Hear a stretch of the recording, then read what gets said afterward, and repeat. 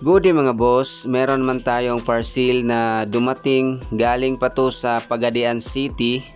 Ito po ay receiver sa Yamaha NMAX na nawalang code, nawalang remote. So walang magawa si ma'am kundi ipadala na lang dito sa Cebu para dito na lang gawin ang retrieval of code at pagprogram ng bagong remote. So shout out sa iyo Ma'am Joy. Salamat sa tiwala.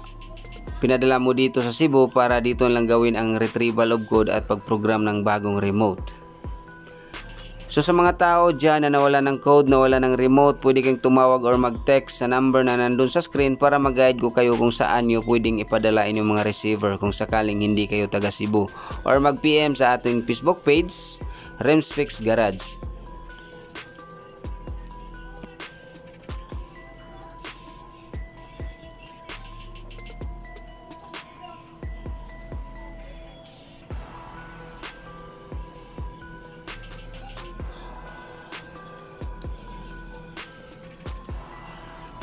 So ito na po yung receiver sa Yamaha NMAX ni Ma'am Joy. Ayan, tanggalin natin yung receiver para ma-access natin yung board. Alright.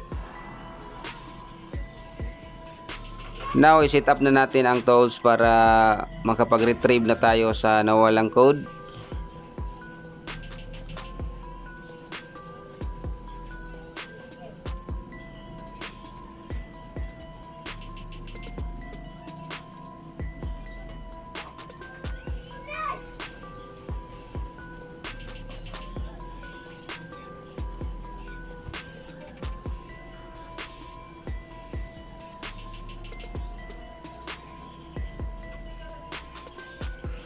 Alright, so tapos ko nang na-retrieve ang code. Hindi ko na lang pinakita kung paano ko pinin out doon sa mismong board.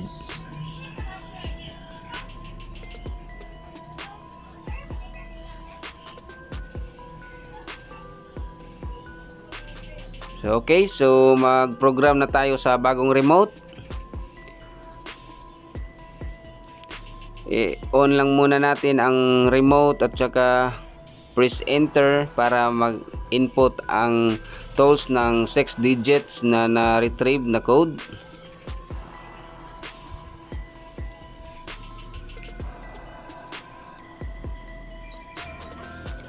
Bali, hintayin lang natin na ma-input lahat ng code para maging successful po yung pag-program natin sa bagong remote. So ulitin ko sa mga tao dyan na nawala ng code, nawala ng remote, pwede kayong tumawag or mag-text sa number na nandun sa screen or mag-PM sa ating Facebook page na Remsfix Garage.